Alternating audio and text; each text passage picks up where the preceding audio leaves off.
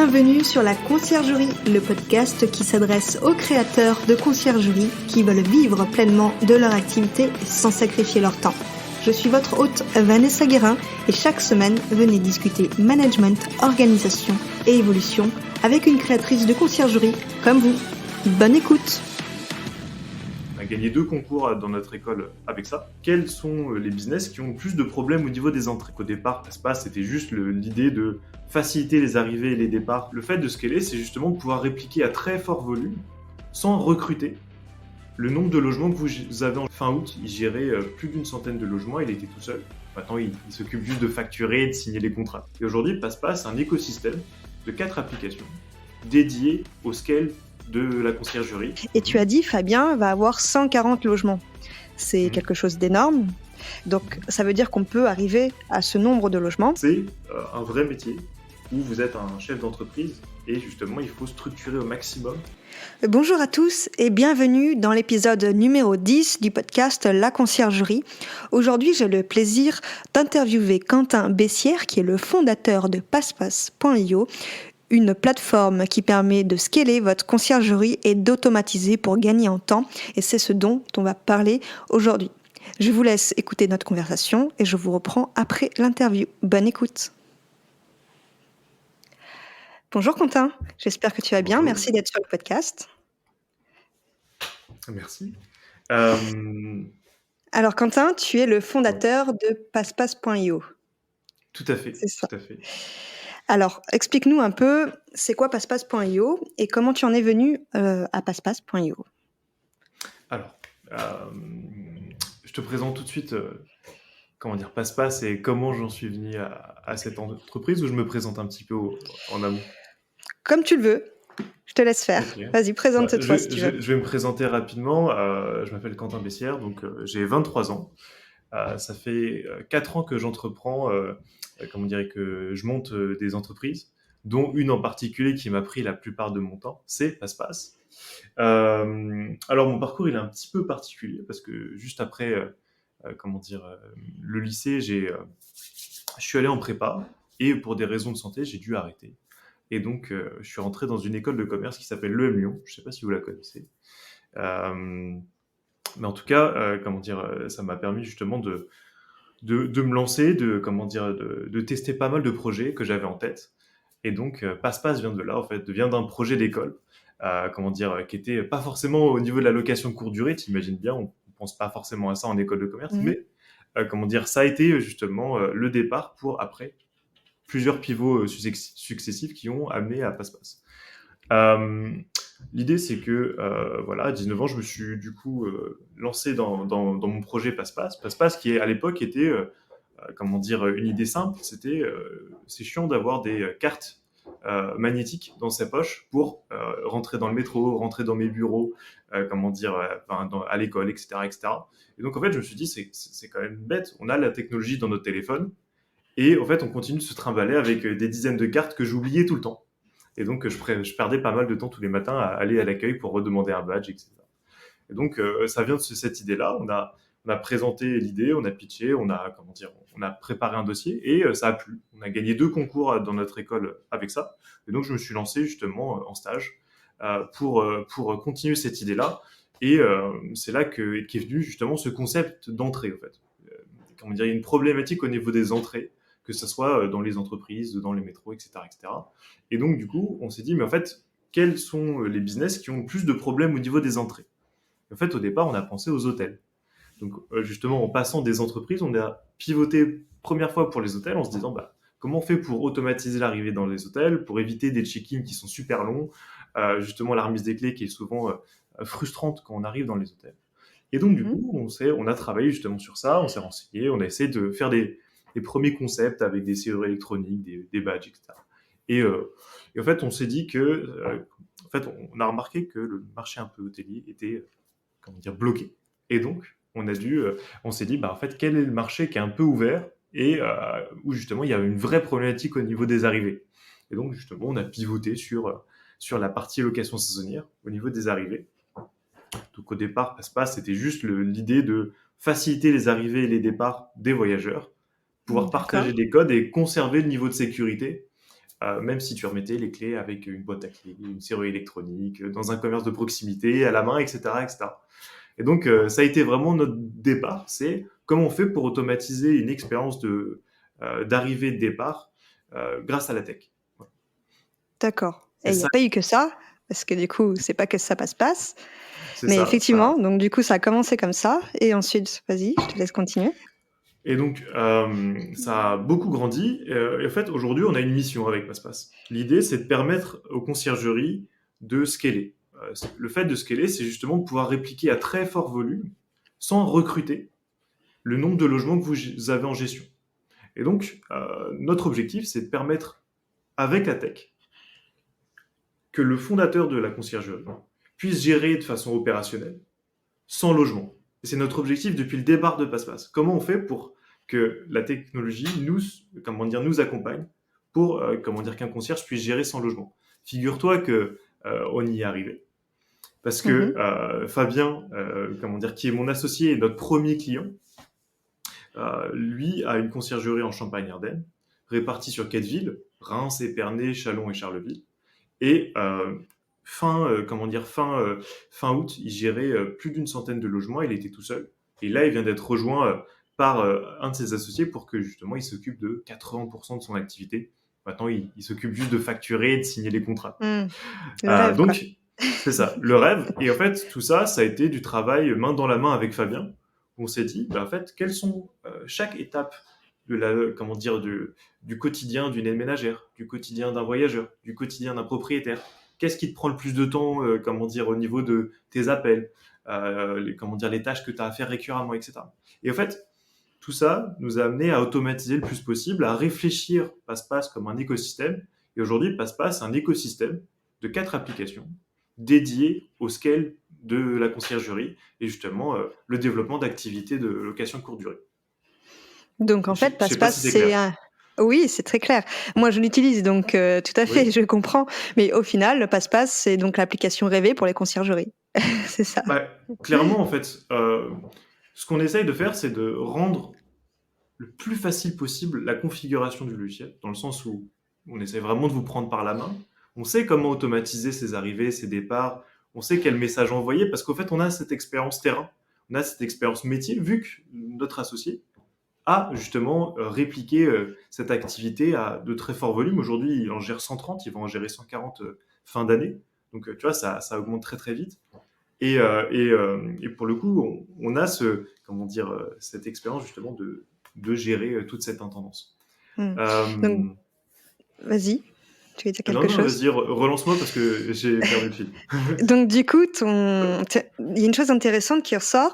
Ça veut dire que pour ceux qui nous écoutent, souvent ils n'ont pas créé ou ils sont au début de la création d'une conciergerie. Et tu as Mhm, dit, Fabien va avoir 140 logements.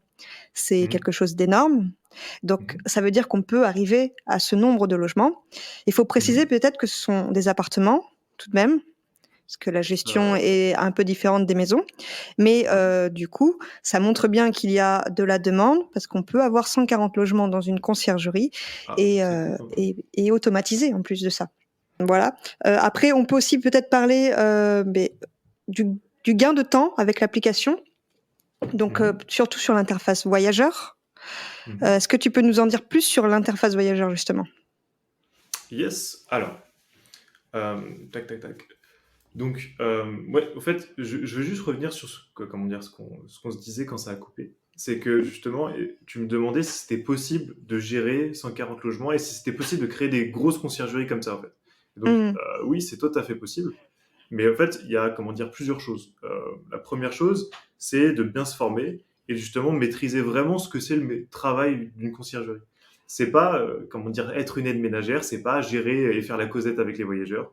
Ce n'est pas, aider fiscalement tous les propriétaires. C'est un vrai métier où vous êtes un chef d'entreprise et justement, il faut structurer au maximum son activité, simplifier et pas s'embêter avec tout ce qui peut être un peu futile. Donc ça, c'est la première chose. La deuxième chose, c'est se faire accompagner par les bonnes personnes, donc vraiment mettre le curseur sur le recrutement des bonnes aides ménagères, du bon city manager, des bons prestataires qui vont pouvoir vous épauler et vous suppléer, le temps d'un week-end ou sur des interventions. Et la troisième chose, c'est avoir le bon logiciel. Parce qu'en fait, tu peux avoir la meilleure formation et les meilleurs intendants. Si tu ne peux pas, toi, avoir un niveau d'information suffisant pour pouvoir gérer tout ça à distance, en fait, ça marche pas. Et donc, Passe-Passe a été fait justement pour euh, conserver ce niveau d'information, même si tu n'es pas sur le terrain. Et pour le coup, tu peux le vivre. Tu es notifié dès qu'il se passe un truc sur Passe-Passe. Mhm. La moindre chose qui se passe dans tes logements, tu le sais. Oui.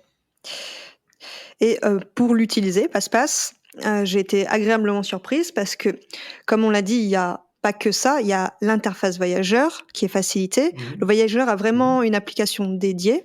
Il y a aussi une interface propriétaire et là, ça apporte vraiment un plus sur ce que le propriétaire peut avoir comme visu. Et il y a aussi tout l'interface pour les aides ménagères. Et là, c'est pas négligeable, c'est ce qui nous fait gagner beaucoup de temps, justement, sur ce que tu disais. Et du coup, si je vais à la question suivante, d'après toi, qu'est-ce qu'on peut améliorer pour gagner en temps dans une conciergerie et donc que tu as sûrement mis en place dans Passe-Passe? Donc, j'étais en train de te dire que effectivement, j'utilise Passe-Passe et que ça fait gagner du temps. Mais de ton côté, pour toi, quel point on peut améliorer pour gagner en temps dans une conciergerie et que tu as mis ou que tu mettras en place dans Passe-Passe? Ce qui prend le plus de temps à une conciergerie au quotidien, c'est la relation avec le voyageur.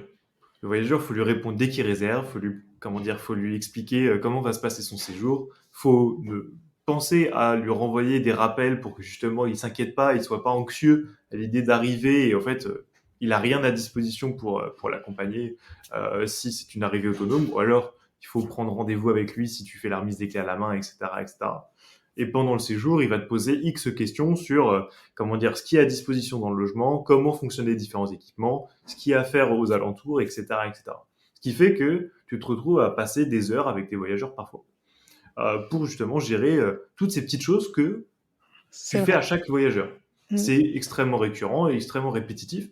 Et donc, on s'est demandé comment on fait pour créer une expérience voyageur où le voyageur pourra accéder à toute l'information qu'il lui faut pour profiter de son séjour comme si il allait chez lui. C'est vraiment ça notre philosophie. C'est comment on fait pour qu'un voyageur aille dans un logement et se dise ah, en fait, c'est comme chez moi, je sais comment utiliser les différents équipements, ce qui est à disposition, où est-ce que je peux aller. Et donc, du coup, je profite d'un vrai voyage comme si j'allais me dépayser à la campagne.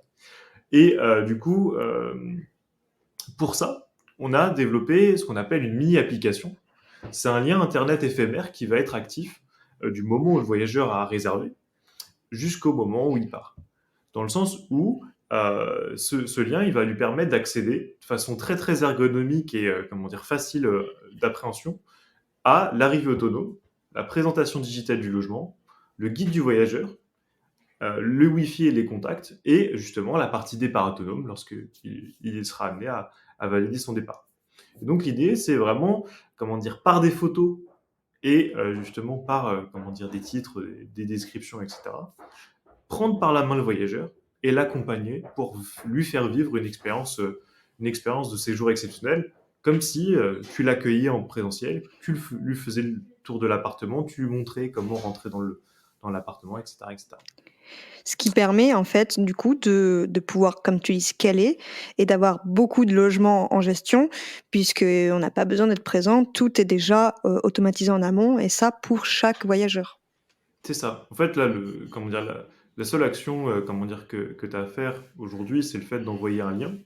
Et d'ailleurs, ce lien sera automatisé très prochainement pour que justement, tes voyageurs, s'ils n'ont pas de problème particulier, tu ne les entendes pas durant tout le séjour. Et justement, ils te mettront une super note parce que, pouvoir profiter d'un logement sans avoir à discuter avec l'autre, c'est quand même un kiff.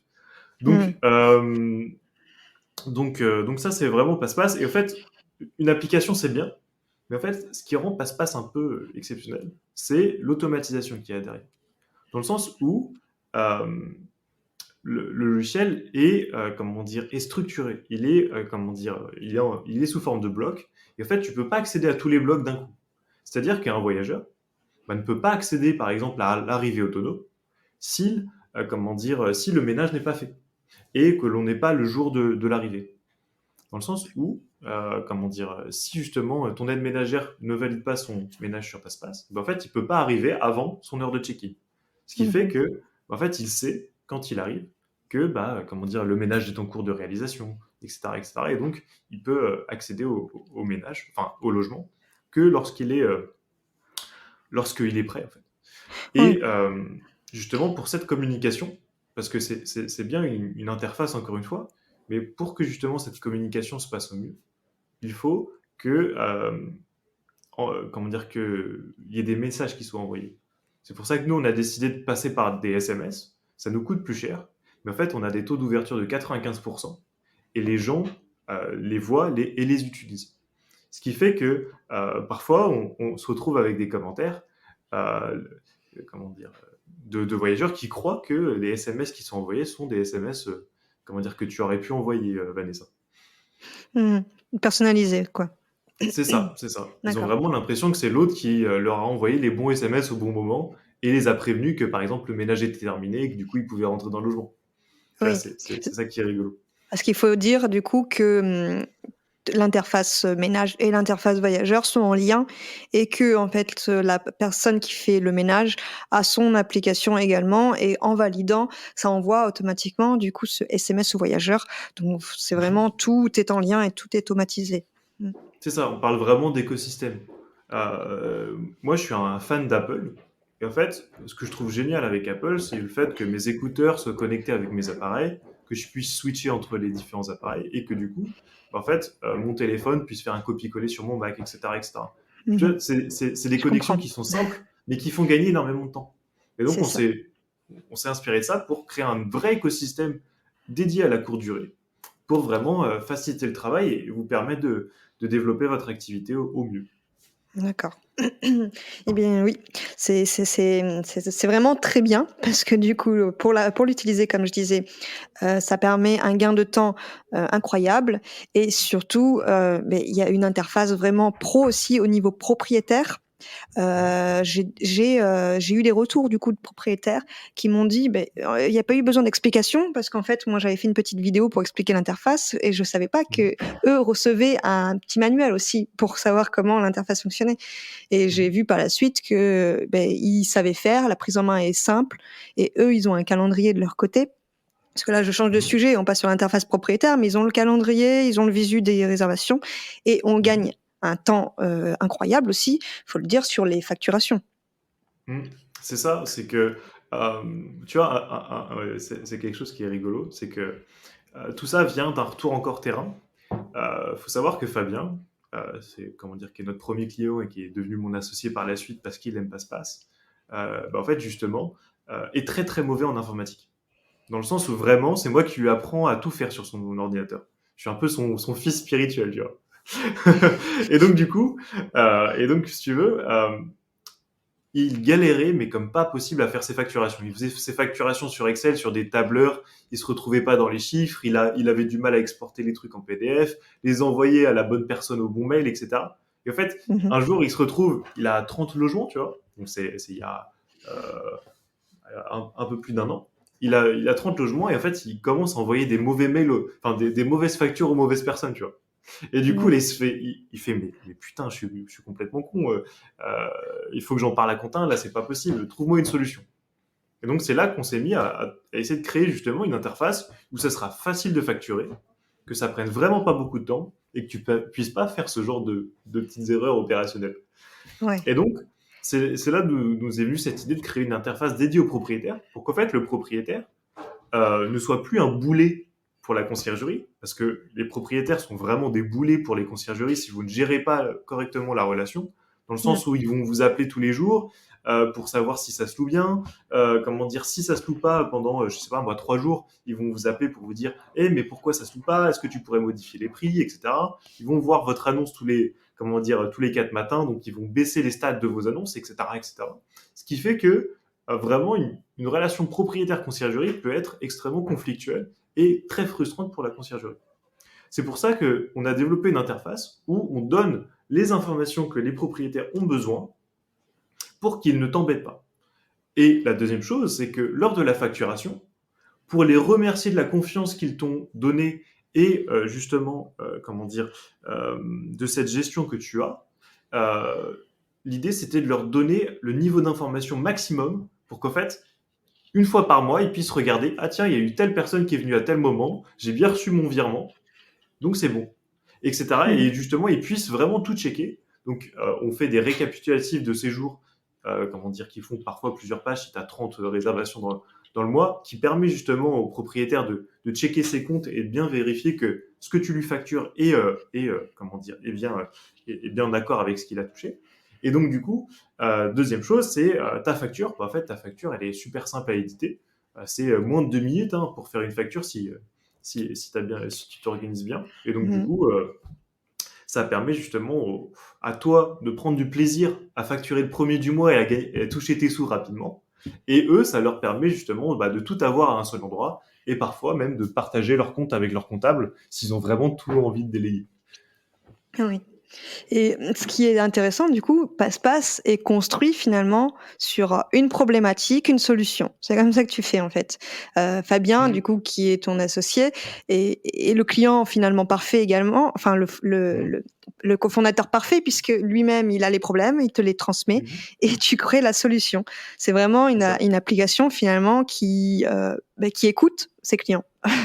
Ouais, C'est bah, ça, c'est exactement c'est ça. ça, c'est concrètement, moi et Fabien, c'est vraiment le coup de foudre entrepreneurial, c'est-à-dire que, comment dire, Fabien, c'est un excellent entrepreneur, très très pragmatique, comment dire, qui a des résultats financiers vraiment intéressants. Et justement, comment dire, moi, je suis le jeune créatif qui sait designer, qui a plein d'idées, qui connaît la tech comme sa poche parce que je suis passionné de tech.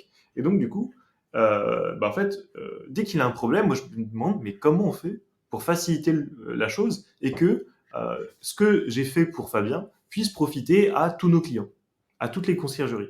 Et en fait, on n'a jamais développé une fonctionnalité juste pour une personne. On a, Mhm. comment dire, on a toujours posé la question à toutes nos conciergeries ou à celles qu'on aime bien pour justement valider les projets, valider les idées, valider justement, comment dire, euh, les innovations que l'on développe.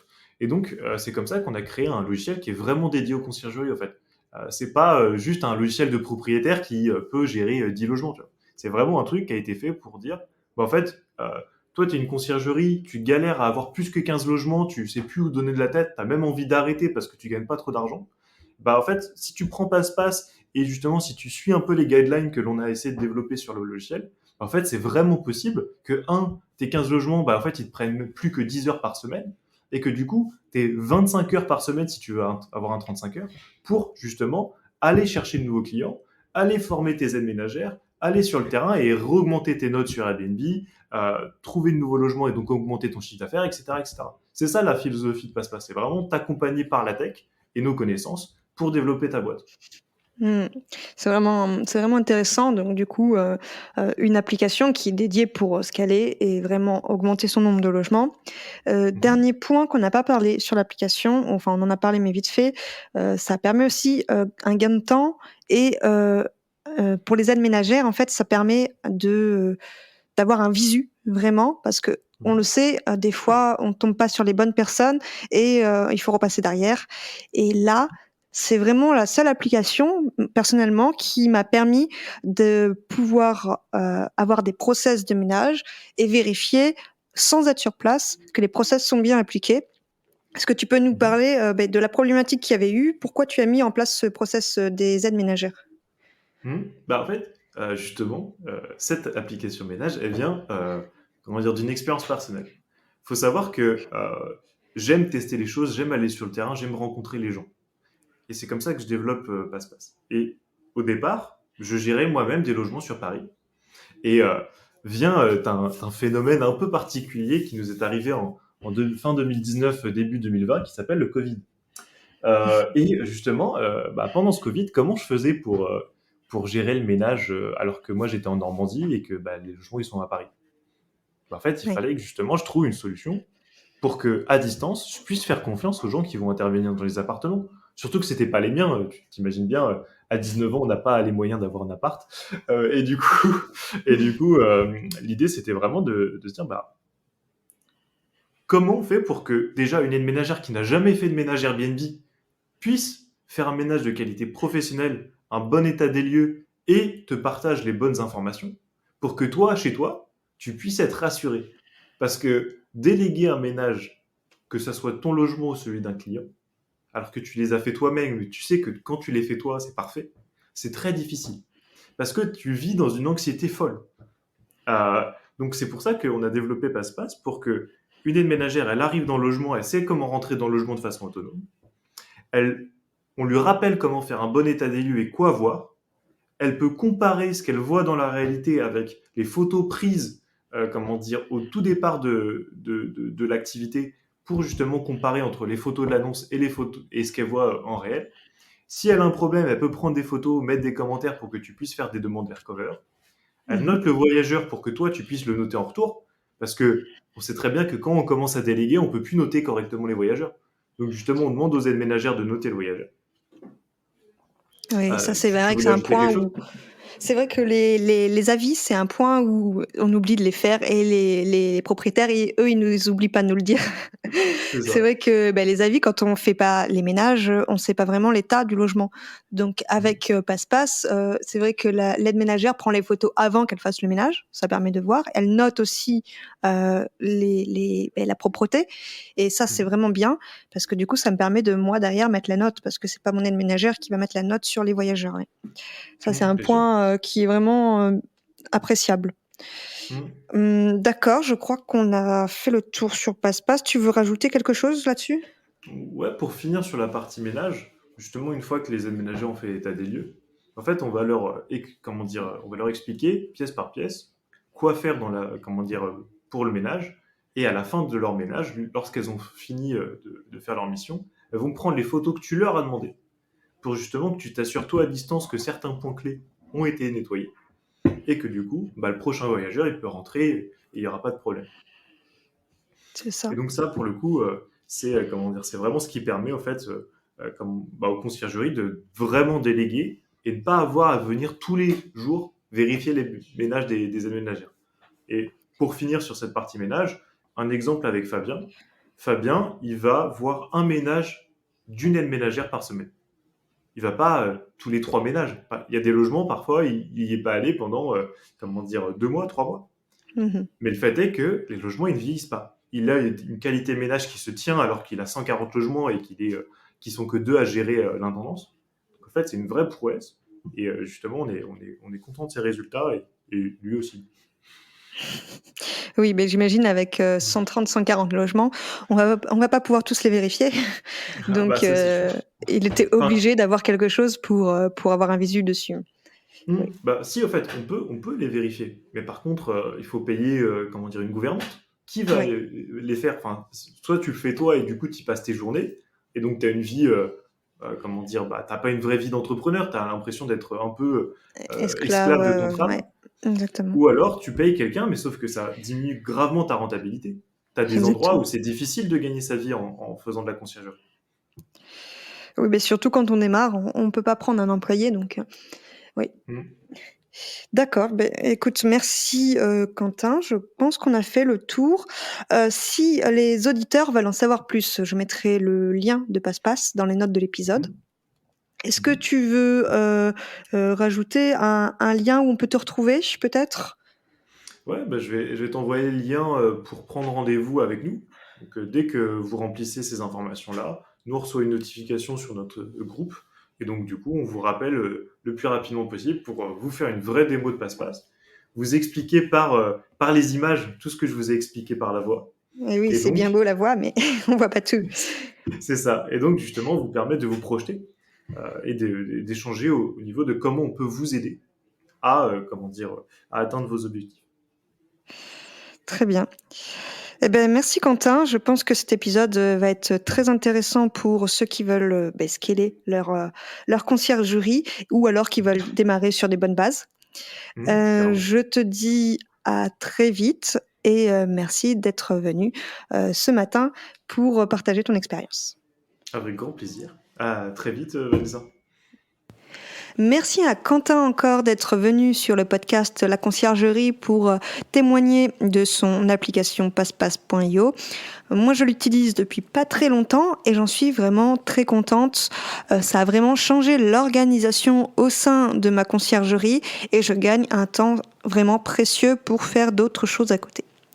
Je vous mets les liens le concernant dans la description de l'épisode. Et si ce n'est pas déjà fait et que vous avez apprécié ce genre d'interview, je vous invite à mettre une note 5 étoiles et un commentaire sur Apple Podcast. Cela m'aide beaucoup à faire connaître ce podcast et ça me fait toujours très plaisir d'avoir vos retours. Je vous souhaite une très bonne journée et au prochain épisode.